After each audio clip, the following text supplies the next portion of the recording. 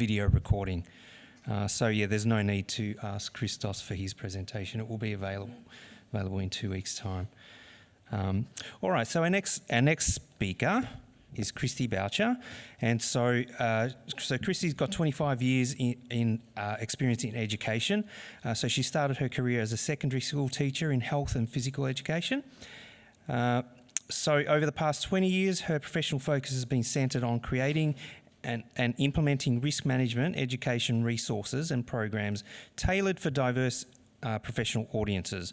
So Christie possesses a keen interest in the role that education plays in risk management by contributing to heightened awareness and behavioural change.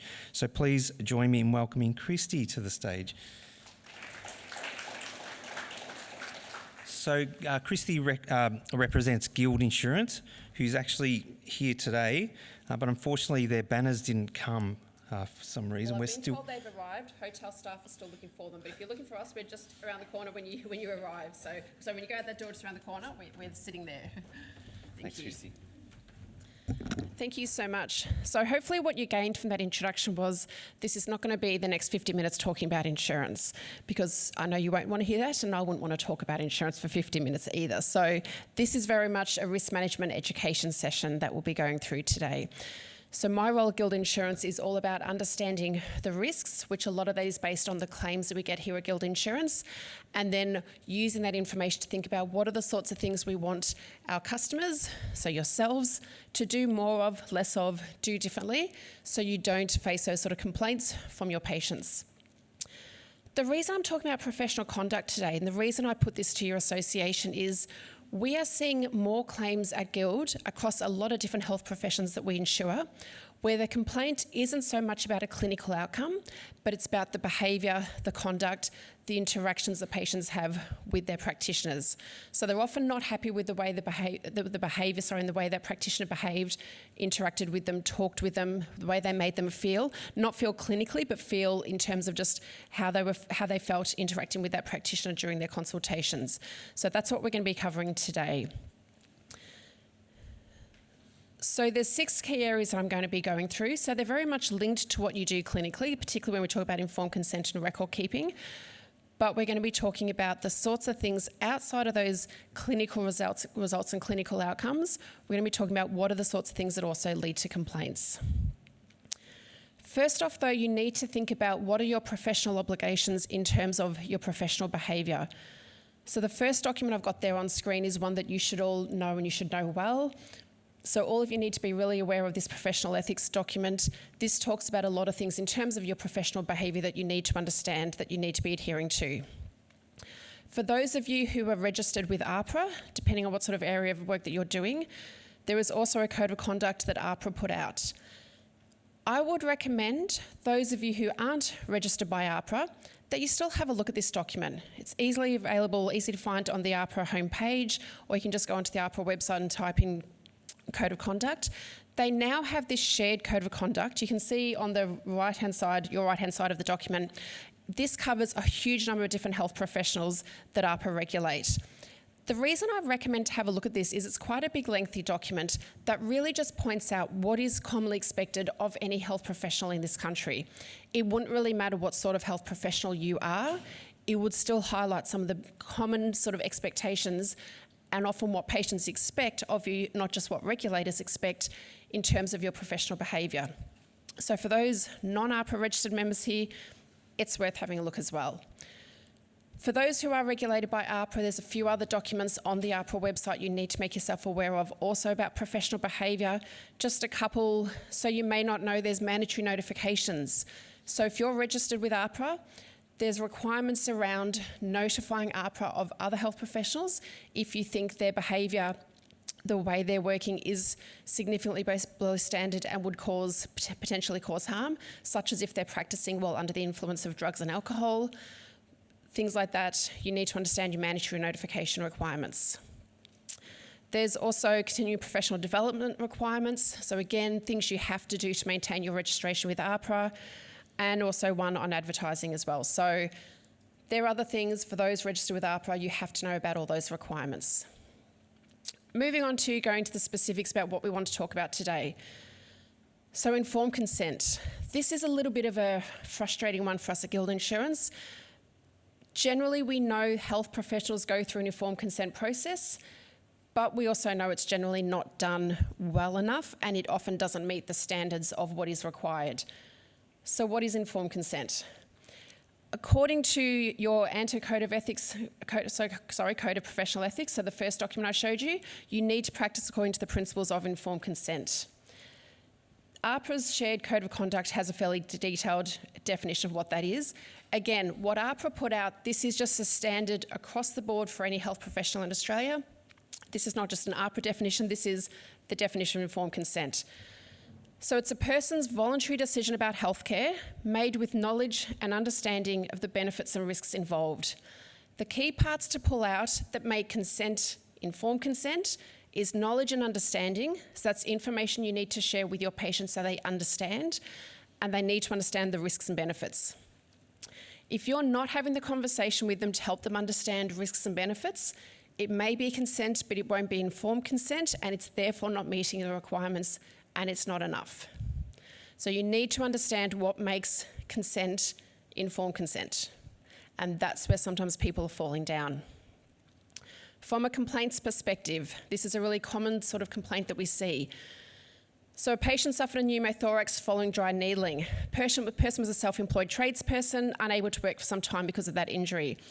They sought out a solicitor looking for financial compensation because they were going to lose money due to not being able to work. They claimed that had the risk of a pneumothorax been known, they wouldn't have given their consent. So the common complaint we hear from a consent perspective is, had I known that could have happened, I wouldn't have consented to that. Now, sometimes the argument we hear in health is, yeah, it was a pretty low-level risk, not a high chance of it happening, maybe not a significant injury. They probably would have consented anyway. But we don't know that. Without giving the patient the opportunity to give their informed consent, we don't know that they would have or wouldn't have. And in a case like this, we see this a lot. The patient said they weren't informed. They didn't give their informed consent. Informed consent is all about communication. Communication is a really big topic of mine as a risk manager at Guild Insurance. I have a theory that if we could improve the communication of everyone insured with Guild Insurance, we would drop our claims. It's not just the clinical care, it's the communication. So you need to think of informed consent as a communication process. You're talking about clinical care, but it's about your communication skills. So some really key things you need to think about from an informed consent perspective. Be really mindful of the language that you're using because you need the patients to understand. So if you're talking about risks and you warn them of a pneumothorax, you probably need to explain what that is and the implications of something like a pneumothorax. With everything else that you do as well, that's just the one example, but think about the language that you use. Will the language be understood by your patient? Again, they need to understand it to consent to it. They need language that they can understand. Make sure you're tailoring the conversation to that particular patient and their circumstances. So that particular treatment for that particular patient's condition, what are the likely risks they need to know about? The risks might also change not just based on the treatment, but based on that particular patient. If the patient has other health conditions, maybe if they're an older patient, there might be different risks you need to consider that you may not discuss with other patients. So really make sure you're tailoring the conversation, not having just a standard process. You need to really encourage the patient to ask questions. If the patient's just sitting there nodding, chances are they might not really be taking it in. So really encourage them to ask questions, and when you do that, have some breaks in conversation. If you just keep talking at them really fast like this and tell them all the things going on, but tell them they can ask questions, but you keep talking like this, they're probably not going to stop you and jump in.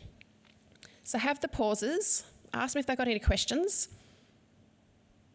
and wait for them. So really think about when you say the patient can ask questions, think about how you do that. Record what's been discussed. And we're talking about record keeping next, but that's really important because if you say, oh, I did warn them of that, and they say, no, you didn't, and there's nothing recorded in the clinical record, it's really hard for us to do our job looking after you and defending you. Patients can decline to give their consent. So this isn't about telling them what you're doing and them just going along with it. This is telling them what you're proposing to do, why you're proposing it, so what are the benefits, but what are the potential risks, Now that they have that information, would they like to proceed? It's not just about you going ahead with things. They can say, actually, I don't want that treatment. I'm not up for that risk. I don't want to be taking on those risks. I don't actually like the sound of that treatment. What are our other options? Can we do something different? When I talk about the conversation being an ongoing process, too often what happens with informed consent is practitioners come to us and say, look, they did give their consent. Look, here's a form they signed 5 years ago. Things have probably changed in 5 years. So think about each time the patient comes in, what's their clinical situation? How are you going to be treating them? What's changed? Make sure you're talking about things again. You might be doing the exact same thing you did maybe a week or two ago, but just remind them, so, okay, this is how it's going to feel. This is what we're proposing to do. Are you still okay with it? Was it fine last time? Keep having the conversation with them. It's not a one-off tick the box that it's done. It's an ongoing conversation. Consent forms. This is where a lot of people get caught out. So when I say only use the form to support the conversation during consultation, there's a couple of places where people go wrong with informed consent forms. We see them being sent out to new patients before they come in. It might be on the website, or sometimes it gets emailed out to a new patient when they've booked a consultation. That's not informed consent because you haven't had the conversation to inform them of benefits and risks. I've been asked by health professionals to sign an informed consent form at reception. Really awkward then because I feel like I need to now tell them what I do for a living, and this is really wrong because I haven't seen the practitioner, I haven't had any assessment, I don't know how they're going to treat me, and I don't know any of the benefits and risks. That's not informed consent. During the consultation, once you've had the conversation, if you want them to sign an informed consent form, you can, but they can only do it then. You don't have to have a signed form. You have to have a record in the clinical record that the conversation's happened. Whether you do that by you actually writing the record, this is what we discussed, or whether you do it by them signing a form is up to you. So both are different ways of providing evidence of the conversation. You can do it different ways. There just has to be evidence. It doesn't have to be the form. If you use the form, use it in the consultation to support the conversation, not before the consultation.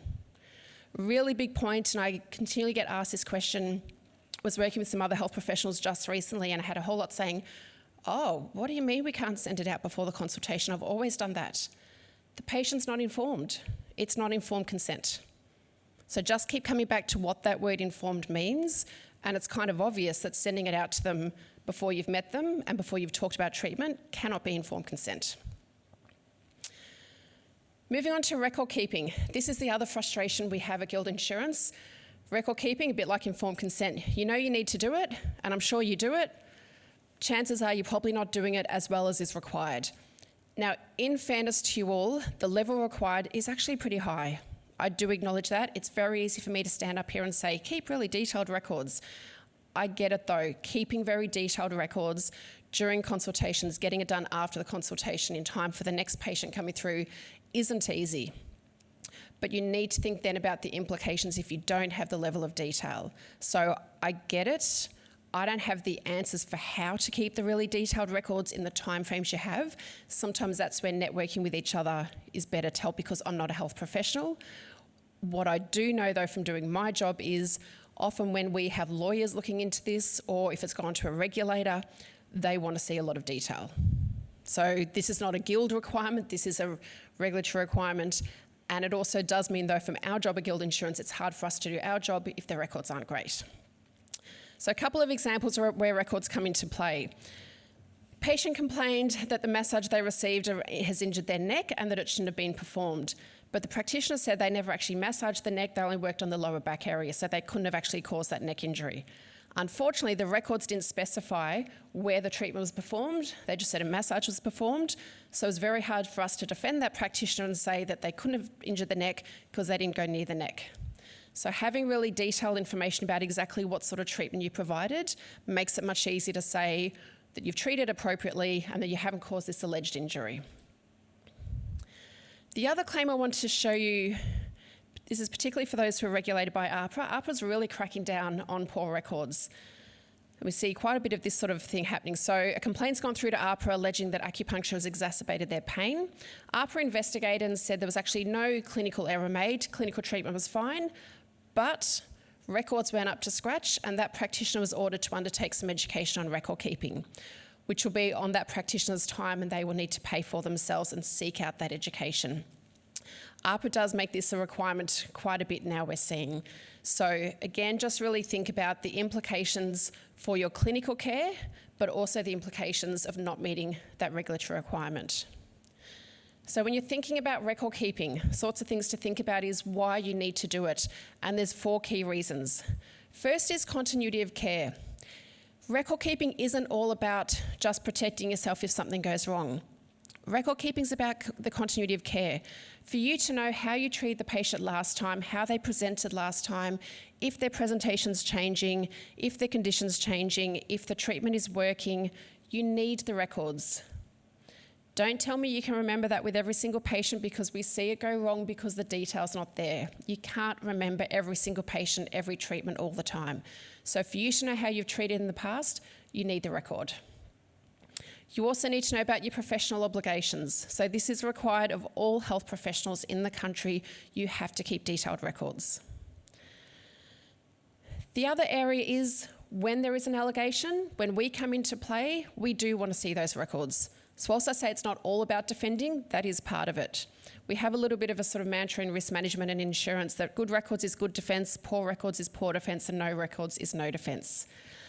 The more detail you have in the records, the easier it is for us to do our job and support you in defending you against those allegations. Last really important one to remember is about your justification from a funding perspective. So if your patients are using private health insurance, Medicare rebates, any other sort of compensable scheme, if they're with maybe TAC, any of those sorts of areas where they might be getting some sort of funding, NDIS, any of those funding bodies can and do conduct audits to make sure that the funds and the rebates being provided are appropriate. If they can't see by your clinical record that the treatment was provided and that it was justified and appropriate for that particular patient, they can demand money being paid back to them. Sometimes that's quite a lot of money. Insurance, and this is not just a Guild insurance thing, this is standard across insurance companies in professional indemnity. Insurance companies, we will support you through that investigation, so we will defend you and try to support you through that case and try to reduce, obviously, those sort of financial impacts, but your insurance won't pay for the fee, the money that has to be paid back. That's on the health practitioner, because we don't pay fines. We will defend you, but we don't pay what is kind of like a fine, I guess, in effect. We've seen practitioners have to pay thousands of dollars back. So really think about making sure that if any of your patients are using any sort of financial compensable scheme, that the records clearly show what sort of treatment was provided and why, so that that's all appropriate. Moving on to a next area where I'm talking about touching patients. Now, this is a bit of an interesting topic for your professions, I think. And for those who may have watched the session that I delivered in Perth, I talked about this topic a little bit too, in the area of wear and how you touch patients, but also about the clothing aspect in terms of removing and adjusting clothing. Now, I'm going to preface this by saying I haven't actually seen claims in this space for any of your professions yet. I have seen claims from patients complaining about how and where they've been touched for practitioners such as osteopaths, chiros, physiotherapists. Anything where you're doing sort of manual therapy and you're getting quite close to the person's body, particularly if you need to remove clothing, such as if you're doing cupping, massage, things like that, there is the potential for patients to feel uncomfortable and to complain. So while I haven't seen complaints in this space for your areas, I want you to be aware of this so that in the next couple of years I can keep turning up and saying we still haven't had any claims. Risk isn't just about what has happened, it's about what could happen. So I think this is an important topic for you to be thinking about. So the sort of common complaints we get are, patient complained their massage therapist behaved inappropriately and they felt really uncomfortable during the massage. Patient hadn't had a massage before. They weren't aware of the expectation to remove clothing or adjust their clothes, and they claimed that wasn't explained to them. They also felt quite uncomfortable about the way in which they were touched. Patients will often say they feel a bit like they were touched in a sexual way, they feel that they were maybe assaulted, they don't understand why they were touched, where they were touched, and they don't understand the reason for it. This is a really significant sort of complaint for both the patient who thinks they've been violated in a sexual type of manner during a health consultation, But it's also a really significant complaint for a health professional. I can't imagine as a health professional what it would be like to receive this sort of complaint. It's really quite distressing. So really important to think about. So I'm going to go through some of the tips for you to think about, the sorts of things we would want you to make sure you're focusing on to try to avoid these sorts of complaints. Never make assumptions about how comfortable your patient will be with removing or adjusting clothing. Just because someone's come in for a massage doesn't mean they know they need to take some clothing off. Even if they know I'm probably going to need to remove some clothing, doesn't mean they're comfortable with it, doesn't mean they're okay about it. Doesn't mean you need to be mindful of the flippancy and the casualness that we sometimes see with practitioners saying, look, if you could just take your top off. You need to be a little bit more mindful in the language about how you say those things and the reasoning behind it. You need to explain why you propose to touch particular parts of their body and don't assume they'll understand. One thing that we often see is, say, with different types of massage, you don't always just touch the part of the body that the patient says they've got pain in. Often you need to look at other areas because of pain coming from different places and things like that. Patients don't always understand that. So we often hear patients say, I had a sore back, and next thing they're massaging my buttocks. I don't understand why. That might be obvious from a clinical perspective, but the patient suddenly feels really uncomfortable and violated. So be very clear about exactly where you're going to be touching them.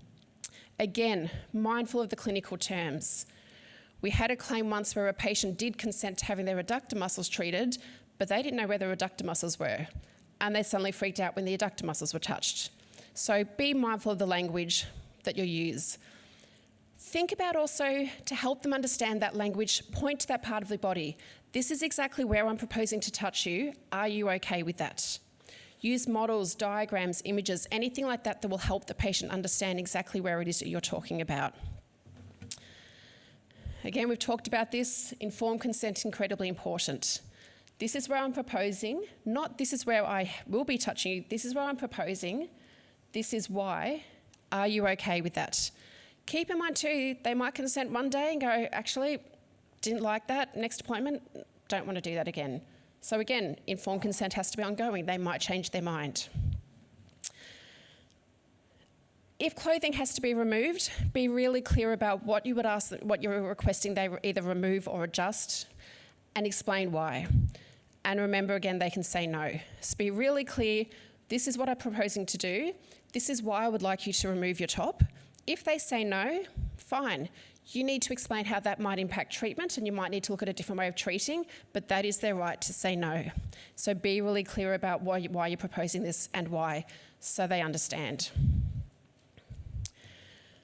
Use towels and gowns to cover patients when they're removing clothing, and leave the room when patients are dressing and undressing. We know that doesn't happen enough. People get comfortable with their patients, you get to know them. Be really clear about removing clothing, giving them towels and gowns, leaving the room every single time with every single patient, regardless of their age or their gender. I think people sometimes become relaxed with someone of the same gender, someone of the same age, you know them pretty well, you've been treating them for a while. Have your professional stand and do that with every single patient, every single time, all the time. As I said, these complaints do come through to us fairly regularly, and they're really distressing. So really think about your processes, your language, what you can do to make the patient feel particularly comfortable, but make sure you're comfortable too. You don't want a situation where the patient's walked out going, well, what the hell just happened? And that's what we hear. They go home and tell a friend or a partner, and then suddenly they're complaining, saying they've been sexually assaulted. When these cases are investigated, vast majority of times the treatment was completely appropriate. Unfortunately, there are the odd few where it wasn't, but vast majority of times what was done clinically was completely appropriate. It was the communication. So I talked about how important communication is. This is all about communication. Too often there's been a casualness from the practitioner just saying things like, look, could you just remove your top, not explaining why. The other thing we too often see too is other clothes adjusted during treatment. This is again communication. Keep talking treatment during the consultation. We've had cases where someone's, say, on their stomach, being treated on their back, some sort of massage therapy. As they're having a chat with the practitioner's talking about the weekend and what are you up to. Because they're not still talking treatment, the practitioner just lowered their pants a little bit and hasn't asked first. And the patient's suddenly like, oh, hang on, why are you pulling my trousers down, feeling suddenly uncomfortable and exposed? So just keep having the conversation and keep requesting permission. Anytime, same with unclipping a woman's bra when they're being massaged, sometimes that happens. Don't assume because they said yes this time, they'll say yes again. You have to keep having that conversation. I know it's quite a big one to think about, a lot to take in on that one, but incredibly important. Professional boundaries. So I'm just checking the time because I'm not always good with following time. Professional boundaries, so the next area that we want to talk about. This is a really important one to think about. So here's a definition taken from the APRA Shared Code of Conduct.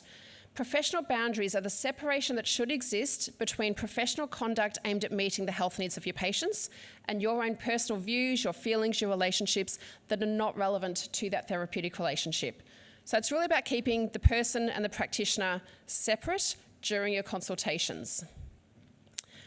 One example that is a fairly common one to think about, I think, when we talk about professional boundaries. Practitioner formed a friendship with their patient. They then ended the therapeutic relationship because the personal relationship became a more intimate one and they started dating. Don't date your patients. Just don't. Now, this is a bit of a tricky one. I can't find in many different sorts of codes of conduct and those sorts of documents that says it's quite so bluntly. And I think the reason it's often left a little bit vague and open is sometimes you'll have practitioners say, I live in a tiny town of like 100 people and I'm the only, for example, dentist in town. Like my family are my patients because there's nowhere else to go. So I know that there's sometimes some different circumstances where sometimes someone will say, look, I've ended up marrying with someone who was a patient. On the whole though, do not date your patients. Do not date your patient's parents or children too. If you've got like an older patient or a younger patient, I've seen that sort of stuff. It gets messy, it gets complicated, and it blurs professional boundaries. So whilst I say they kind of leave it a little bit vague and open and that don't have a blunt do not do this, it is made very clear in all those code of conduct documents that if you do have a relationship with your patients, it does blur professional boundaries, and that's unprofessional. It can compromise treatment, it can compromise clinical decision making, and it just gets very messy and complicated. But that is not the only area where people breach professional boundaries and where things get messy and complicated with patients. So another example I want you to think about. Patients started following their practitioner on social media. Now remember, for someone to follow you, you generally have to accept them. This led to the patient posting comments on their personal holiday snaps, their restaurant snaps, their family snaps, that sort of stuff, and the practitioner started to feel uncomfortable that, again, they were just becoming too close to their patient. So social media is another area where you need to think about that separation between you as a practitioner and you as a person. What you just really need to think about is keeping that relationship separate. Yes, it's good to form a good relationship with your patient from a clinical perspective. It's good to get to know them and to be friendly with them, but not to be friends with them. So a couple of things to think about for maintaining professional boundaries. It is your responsibility to maintain that professional relationship with your patients and with their families. It's not on them because they don't have the professional responsibility. And quite often they may not understand that professional requirement on you. I have heard of a few practitioners who've been asked out on a date by a patient when they've said, oh, that's actually not even allowed. They're like, oh, really? Sorry, I didn't know. And it's all this weird, awkward moment. It is on you to maintain that professional boundary because you are the professional in that relationship. There's a power imbalance between health practitioners and their patients. Doesn't matter what sort of health professional you are, there is always some sort of power imbalance because they are coming to you, paying you for your professional knowledge, for you to help them and to make them feel better. You're there looking after them. That is not an equal relationship. So then forming some sort of professional relationship when there's already an imbalance is not appropriate. Having some sort of personal relationship with your patients does start to impact that professional decision making. It can impact the objectivity you have when you're making clinical decisions. That's why we talk about blurring those lines. It just starts to blur things from a decision making perspective and you behaving appropriately as a health professional when there's some sort of other relationship going on. Personal relationships initiated by the patient don't make it okay. I've heard some health practitioners say, but I didn't ask them out, they asked me out. That doesn't matter. Again, it's your responsibility because you're the professional in that situation. You need to make sure you're maintaining those boundaries and informing them that this is still not okay and that it won't happen. Avoid discussing personal views. So again, it's not just about dating patients, it's personal views, conversations, having sort of chats that might offend them, might start some sort of talking politics, for example. People don't want to be hearing about your political views. You don't want to hear about theirs. Some conversations just need to be kept out of the room. Have chats to them. Ask them how they are. Ask them how their weekend is, but keep it pretty low level. I would, though, also be very mindful when we talk about not discussing personal views and not having to sort of more personal conversations, be very mindful of the limit you go to when you are asking personal questions. We've seen complaints come through to us where the conversation started with, oh, what are you up to? How's the weekend? Oh, so you live with your partner. I didn't realise you were married. Oh, you're not married. Suddenly someone's going, have I just been judged by my health practitioner because I'm living with my partner, not married? And the practitioner says, oh, but I was just meaning to be friendly and have a chat. But the conversation started to just go a little bit too far, and next thing the person's thinking, why am I being asked about my love life? This is a bit weird. So, yep, have a chat, talk about the footy maybe, that sort of stuff. Don't start asking about their private life. Don't go into conversations that become too uncomfortable. One, that's just not an appropriate conversation to have. But two, also think about the situation. Again, that power imbalance. While you're having that conversation, that patient's probably feeling in a bit of a vulnerable position. Depending on what sort of treatment you're providing, they might be partly undressed, they might be on a treatment table, feeling a little bit vulnerable because you've got your hands on them or needles or whatever it is you're doing, and then you're talking about their private life. They're already feeling a little bit exposed, and now they're asking about my partner. This is all getting weird and uncomfortable. So have the friendly chats, but not too friendly. Don't go too far with it. Make sure you're avoiding any conflicts of interest around things like financial interactions. I've seen a couple of weird cases that I've seen health practitioners accept money from a patient to help the practitioner set up their own business. So had a fairly well-off patient who donated money to them so they could start their own business. I've seen money being left to a health practitioner on a will. I've seen the health practitioner go on family holidays with the family, with their patients, just all sorts of weird things. And actually, when I was writing this last week, I was thinking my husband had a strange one with a health practitioner he was seeing fairly regularly, who he got an email from this health practitioner one day saying that my son's going on this overseas fundraising tour, it'd be really great. They were looking for donations. He sent it out to his patient list to ask for donations. And we're like, well, wow, that's totally inappropriate. And interesting, next time we saw that health practitioner, it came up and he said, yeah, a couple of patients complained about that. I'm like, yep, totally inappropriate. Blurring those boundaries really wrong. So just stay away from money other than paying for consultations. That's all you want them paying for. Final thing to really keep in mind is they're paying for a professional service. You're not there to be friends. You can be friendly, but you're not there to be friends. You're not there to form any other personal relationship. They're paying you to provide treatment. That's all it is. Moving on now to complaints management. The reason I'm talking to you about complaints is all the other topics I'm talking to you about, we're trying to prevent complaints from happening. But what you also need to think about in terms of your professional behaviour is if complaints occur, you also need to think about how well you manage them to minimise them escalating to quite a serious complaint and minimise them, I guess, that patient frustration if they feel their complaints and their frustrations aren't being listened and heard and aren't being actioned. So it's not just about reducing complaints, it's how you, as a professional, deal with complaints that may happen. So when I talk about two key processes, what I've just covered then is you need to prevent, well, we want to do our best to prevent complaints from occurring. We can't totally prevent them from occurring. We want to do our best to reduce the likelihood, but we have to acknowledge complaints will still happen. So therefore you need to think about what can you do if a complaint does happen. First, we need to think about why people might complain. And it's not always a simple case of they've been injured, so they'll complain. There's lots of other reasons that will impact why someone might complain, such as there is that first case of, they feel they've been harmed. They may come away thinking they've got an injury, and so they'll complain about it. But they also complain sometimes because they don't want others to go through what they've been through. They want to make sure you understand and a mistake was made. They don't want others, they don't want others to experience that. They might want financial compensation. When they look for financial compensation, we do see some who go for crazy huge amounts, but some just say, look, I've had to pay a few doctor's bills because of that neck injury. I just want that money covered. Sometimes they're not looking for huge amounts, they just don't want to be out of pocket. They feel their expectations haven't been met. They've come to you for some clinical care, they wanted to feel better, they don't feel better. You haven't met their expectations as a health professional. Sometimes they just want to be heard. We do see cases that have escalated to a complaints body, such as APRA, and often what they'll say in the complaint is, I did try telling the health professional this, they didn't listen, I didn't get any sort of outcome, so I feel like I've had to take it further because they haven't had their complaint heard and listened to. Sometimes they're unhappy with the non-clinical aspects of a practice. The receptionist was rude, the place was dirty, those sorts of things. That might tie in with the clinical care, but it might not. Online information is also a bit of a challenge, I think, for health professionals. We will quite hear... Sorry, I'm being waved out the back telling me how long I've got to go. All good. Quite often what we'll hear is people come in, well, I've gone online and I'm pretty sure what you did was wrong.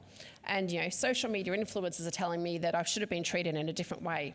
Quite often that information is incorrect, what people are finding online, but unfortunately that does influence people's thinking in terms of what happened, was that appropriate, should they be complaining. Also, online information might encourage them to complain because they find the complaints bodies out there. They'll hear stories about, I complained to APRA, I went to the HCCC, I went to whatever state they're in and whatever body it might be, this is where they went to complain.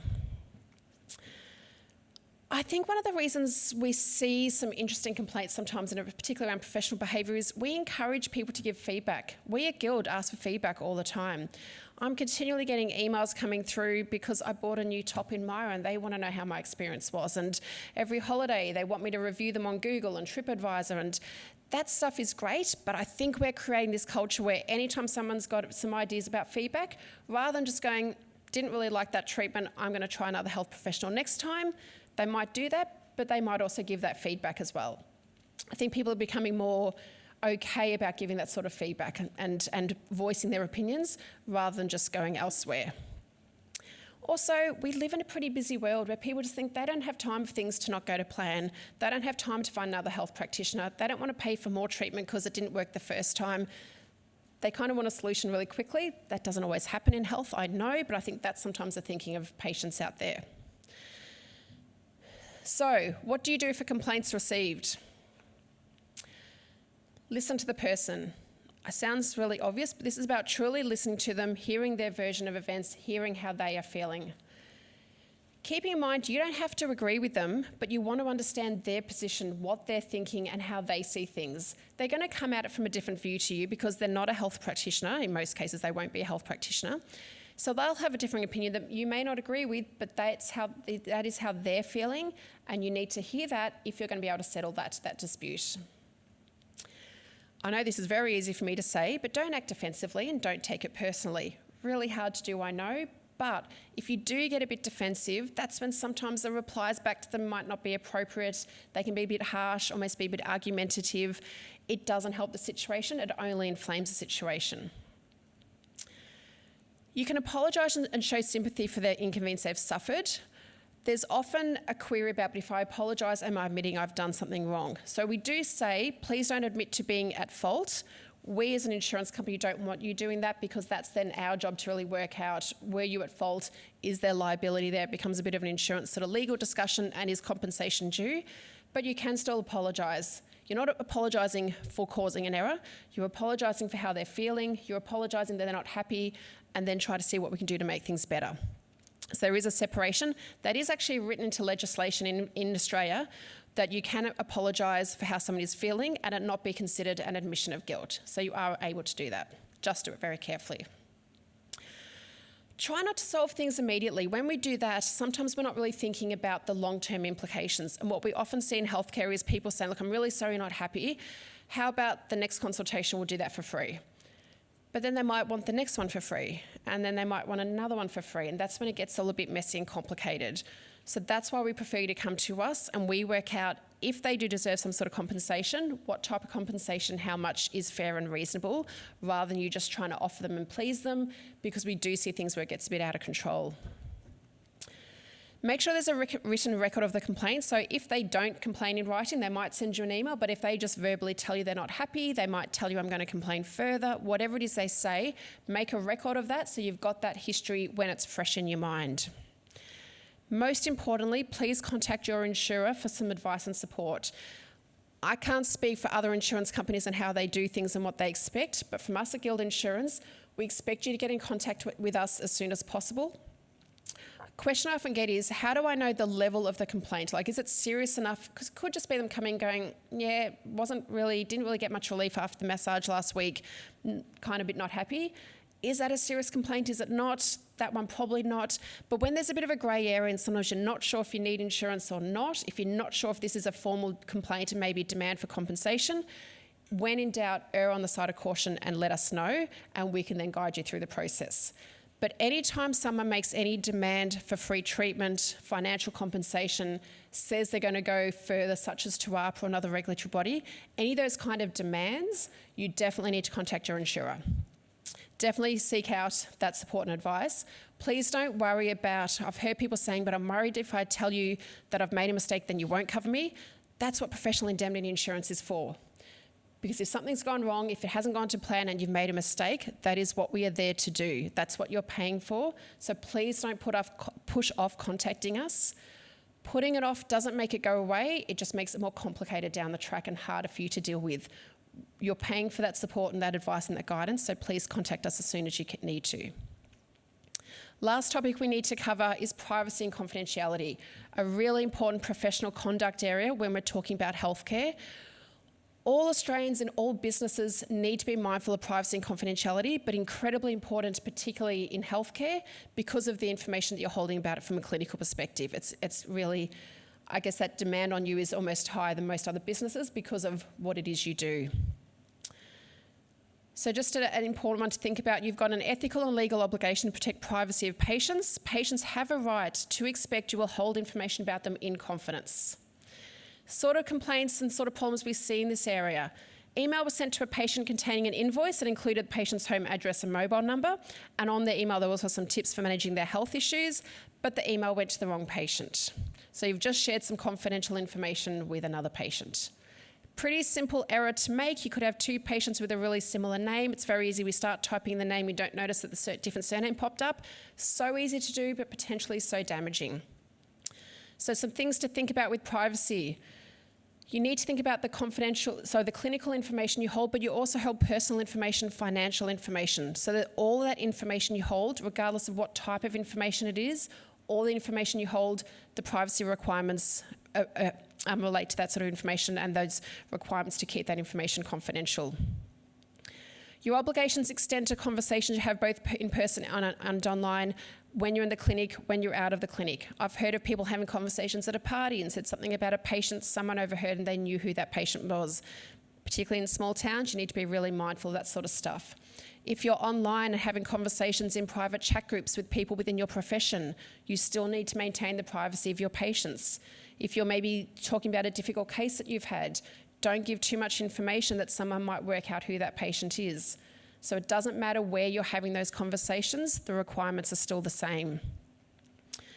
Consider the information you're also collecting and holding, and is that information necessary? Sometimes what happens when we talk about privacy and the information that people collect, and then the information that sometimes then, if there is a privacy breach, the information that gets out there, do you need all that information that you hold? So think about, you should only be collecting information you need to provide your services and storing that information appropriately. If you aren't tech savvy and you're keeping electronic records, really think about getting some advice from experts in the IT space in terms of how to store your data securely, appropriately, making sure it's protected, making sure you've got appropriate backup so you can access it. You need to get professional advice unless you really know that stuff pretty well yourself.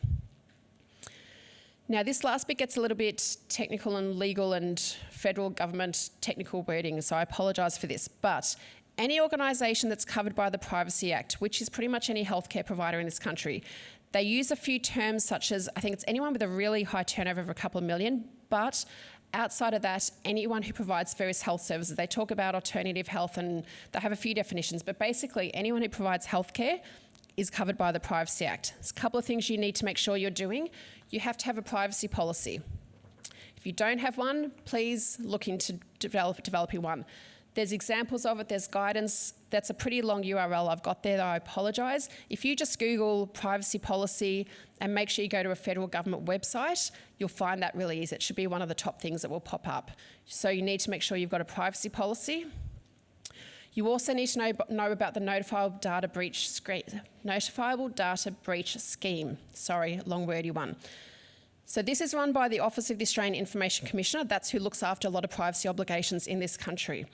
So what they say is, and this is again federal government wording and I apologise, when a data breach has occurred, so it's something like lost, stolen information, you've been hacked or you've sent information inappropriately, any of those sorts of scenarios, which is likely to result in serious harm. I can't tell you what the government considers serious harm, but I'd be thinking if it's information someone could then use, could they use that information to set up a fake profile? Do they have that person's email address, phone number, a lot of confidential details that they could actually then access more confidential information and maybe do some sort of harm by accessing financial institutions or those sorts of things? If that's occurred, so information's been breached and it could cause serious harm, you need to notify the affected individuals, which is the patients, and you need to inform the Office of the Australian Information Commissioner. That's a very, very brief snapshot of what this scheme is about. So again, if you're not aware of this scheme, I would encourage you to look that up. So just again, Google, do a search for notifiable data breach scheme. You'll find some more information there about that. You don't need to know it all backwards now, but know that it exists. So if you do have some sort of information breach where data's got out, you need to know that exists and you need to go and look that up because that is a professional requirement that you do notify. That is all from me. Just the last slide there. There's my contact details for Guild Insurance, but also my direct email address. Happy to take questions now, but also today. My colleague and I will be here till 1, so you can come and chat to us today. But if you think of any questions after today and want to get in touch, you're more than welcome to email me directly. riskhq.com.au is a risk management website. We have a guild where you can go on there and find lots of risk management articles about a lot of what it is that we've talked about today. That's everything for me, so thank you. Any immediate questions right now for Christie? No? A job well done, then I say. I'll take that as a compliment. I explained it all really well. But as I said, yeah, come chat anytime if you'd like to. Thanks so much. Thank you. Thank you so much. Lovely. Thank you. Okay, so we have morning tea served for you. Just a reminder that the toilet